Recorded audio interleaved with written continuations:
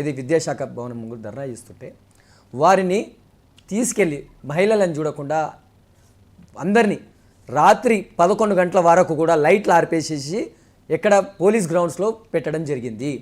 వారికి కనీస సౌకర్యాలు ఇవ్వలేరు. అయితే మా యువమోర్చా కార్యకర్తలు అక్కడ పోయి వారికి సహాయం అందించడం జరిగింది. అయితే వారు అదే రోజు రాత్రి 11 గంటలకు ఆ పోలీస్ గ్రౌండ్స్ నుంచి ఓయూ వరకు కూడా వారి నిరసన తెలియజేయడం జరిగింది. ఇవాళ చర్చలు జరుపుతారు అని అంటున్నారు ముఖ్యమంత్రి గారు. ముఖ్యమంత్రి గారికి చర్చలు జరిపే సమయం లేదు. కేవలం ఎమ్మెల్యేలను కొనుక్కోవడం, ఢిల్లీకి పోయి ఎమ్మెల్యేలను కొనుక్కోవడం, ఆయన మంత్రి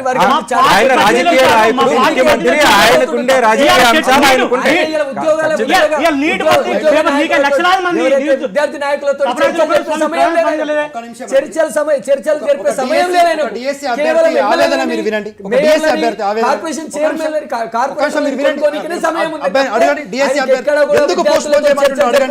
శశికిరణ్ గారు సాయికిరణ్ గారు వినిపిస్తుందా? డిఎస్సి అభ్యర్థిగా మీరు ఎందుకు పోస్ట్ పోన్మెంట్ కోరుకుంటున్నారో వివరంగా చెప్పండి, మీ ఆవేదన చెప్పండి. సార్ ఫస్ట్ థింగ్, మేము కోరి తెచ్చుకున్న గవర్నమెంట్ సార్, నాది కూడా అదేంటి రేవంత్ రెడ్డి సార్ నియోజకవర్గమే సార్. మేము అందరు కొంటి తిరిగి ప్రయత్నించి ఒప్పించి మీరు వేస్తేనే మాకు ఉద్యోగాలు వస్తాయని ఒప్పించి ఏపిచ్చి తెచ్చుకున్న ప్రభుత్వమే ఇంత ఘోరంగా చేస్తే మేము ఎక్కడికి పోవాలి సార్? రాష్ట్రం అంతా అల్లకల్లోలం అవుతాం సార్. అర్థమైతే లేదు ఆ ప్రభుత్వానికి. రాష్ట్రం సమస్యని సీఎంఏ పట్టించుకోకపోతే ఎవరి దగ్గరికి పోవాలి సార్? నేను ఒకటే చెప్తున్నా సార్, మేము పోస్ట్ పోన్ ఎందుకు కోరుకుంటున్నామో మీకు వివరంగా చెప్తా సార్. మాకు ఫస్ట్ డిఎస్సి నోటిఫికేషన్ ఇచ్చింది సార్. ఆ నోటిఫికేషన్ లో ఫస్ట్ ఇచ్చినప్పుడు కనీసం డేట్స్ మెన్షన్ చేయాలి. ఆ తర్వాత కరెక్ట్ 15 రోజులకి డేట్స్ ఇచ్చిండు. డేట్స్ ఇచ్చినప్పుడు కొంతమంది మేము అడగను లేదు చేయను లేదు టెట్ నోటిఫికేషన్ ఇచ్చిండ్రు. టెట్ నోటిఫికేషన్ ఇచ్చి దానికి మళ్ళీ డేట్స్ ఇవ్వకుండా మళ్ళీ 10 రోజులకి డేట్స్ ఇచ్చి వెంటనే ఎగ్జామ్ పెట్టి టెట్ ఎగ్జామ్ సార్ మే 15 నుంచి జూన్ 5 వరకు టెట్ ఎగ్జామ్ జరిగింది సార్. జూన్ 5 వరకు టెట్ ఎగ్జామ్ జరిగితే జూన్ 5 నుంచి జూన్ 12 నాడు మళ్ళీ దాని టెట్ రిజల్ట్ ఇచ్చింది సార్.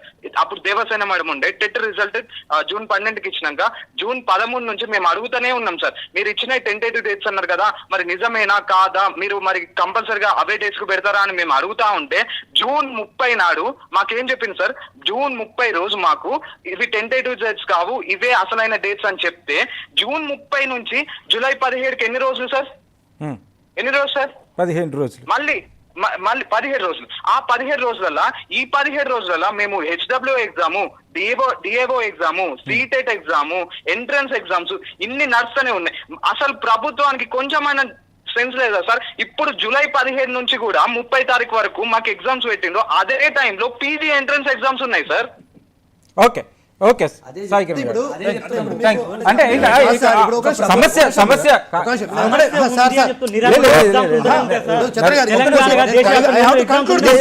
ఆయన ఏంటంటే ముఖ్యమంత్రి గారి స్వయంగా సొంత నియోజకవర్గం నుంచి అభ్యర్థి. ఆయన ఏమంటున్నాడు, ఈ ప్రభుత్వం అధికారంలో రావడం కోసం మేము తల్లిదండ్రులను ఒప్పించినాం, మేము మా అందరితో ఓట్లు వేయించినాం.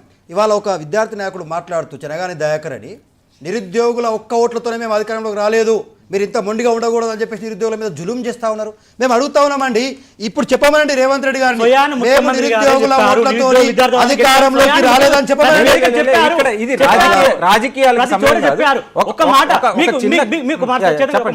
మీకు చిత్తశుద్ధి ఉంటే తెలంగాణ తెచ్చిన జాతిపిత అంటారు కదా, తెలంగాణ 10 ఏళ్ళ ముఖ్యమంత్రి కదా, ఇవాళ తెలంగాణ విధానం ఒక మాట అయిపోయింది కాదు, ఇప్పటి వరకు కనీసం స్పందన ఎందుకు లేదు?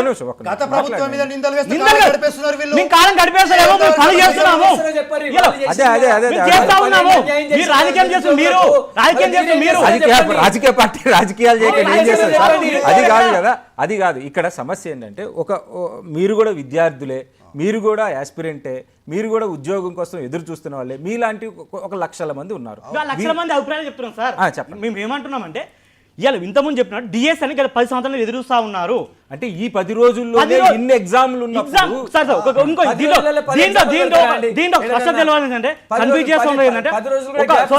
ఒక మాట ఏంటంటే,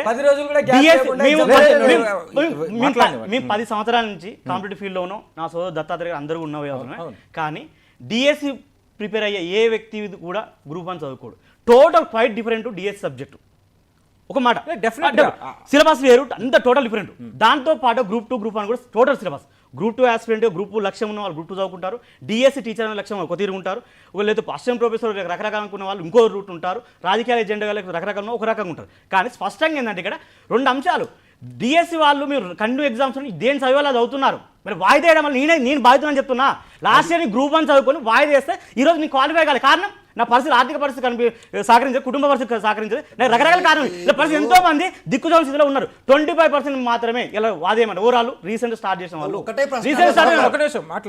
రీసెంట్ స్టార్ట్ చేసిన వాళ్ళు మాత్రమే వాదం. టెట్ అనేది నిరంతర ప్రక్రియ, ఒక అర్హత పరీక్ష, నోటిఫికేషన్ కోసం సంసిద్ధం అవుతుంది. ఇప్పుడు లాస్ట్ ఇయర్ బీఏడ్ డిడిఎస్ఏ వాళ్ళు కూడా రాసుకుంటారు, ఎలిజిబిలిటీ అయి ఉంటారు. దానికి దేశవ్యాప్తంగా చేసిన నెట్ ఉంటుంది, టెట్ లాంటివి కూడా అసిస్టెంట్ ప్రొఫెసర్ ఉంటుంది. ఈ నిరంతర ప్రక్రియ ఉద్యోగం కంటిన్యూ జరుగుతూనే ఉంటాయి. కానీ దీంట్లో కన్ఫ్యూజ్ చేసాం రాజకీయ లబ్ధి కోసం. మరి 57,000 మంది టెట్ క్వాలిఫై అయిన వాళ్ళు డిఎస్సి రాయాలి కదా, 17 రోజుల్లో డిఎస్సి రాయాలి కదా. డిఎస్సి ఒక అభ్యర్థి ఒక విషయం ఏంటంటే రాయొద్దని చెప్తలేరు ఇక్కడ. మేము రాజకీయ గురించి దీని మాట్లాడలేము. ఆస్పిరెంట్ గా విద్యార్థిగా ఒక స్కాలర్ అదే మాట్లాడుతున్నా, స్కాలర్ గానే నేను మీ ముగ్గురితో అదే మాట్లాడుతున్నా. దయచేసి మా విద్యార్థులకు అందరికి విజ్ఞప్తి చేస్తున్నా ఏంటంటే, గత 10 సంవత్సరాల నుంచి తెలంగాణ స్వరాష్ట్రంలో ఏదో మాకు ఉద్యోగాలు వస్తే తొందరగా పెళ్లిళ్ళు చేసుకొని కుటుంబాలను చదువుకుని అనుకున్న వాళ్ళందరూ నిరాశ నిస్సులో పోయి ఈరోజు వాయిదాల మీద వాయిదా మళ్ళా పడతా ఉంటే నిరాశలో పోతూ ఉన్నారు. ఇలా 10 ఏళ్ళ వచ్చి చదువుతున్న వాళ్ళు మళ్ళీ 3 నెలలు అంటే ఇంకో 4 నెలలు అంటే వాయిదాలో పోతుంటే ఇంకో సహజంగా ఏముంటుంది, ఒక బాధ ఉంటుంది. అరే మళ్ళీ కొత్త రోజు పోటీలో ఉంటాడేమో. వీళ్ళు ఒక మెజార్టీ ఉంటుంది.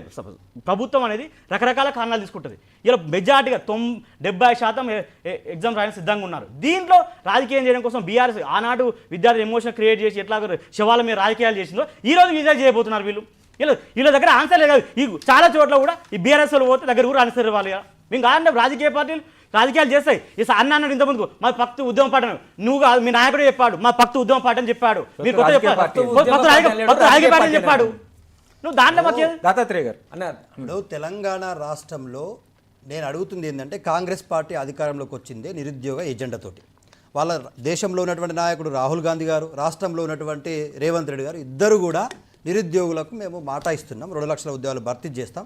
ఇప్పుడు ప్రధానమైనటువంటిది ఒకటే అండి సమస్య. ఇక్కడ డిఎస్సి పోస్ట్ పోన్ చేయడం ఈ కాంగ్రెస్ పార్టీ నాయకులకు సిద్ధంగా ఉన్నారా లేదా?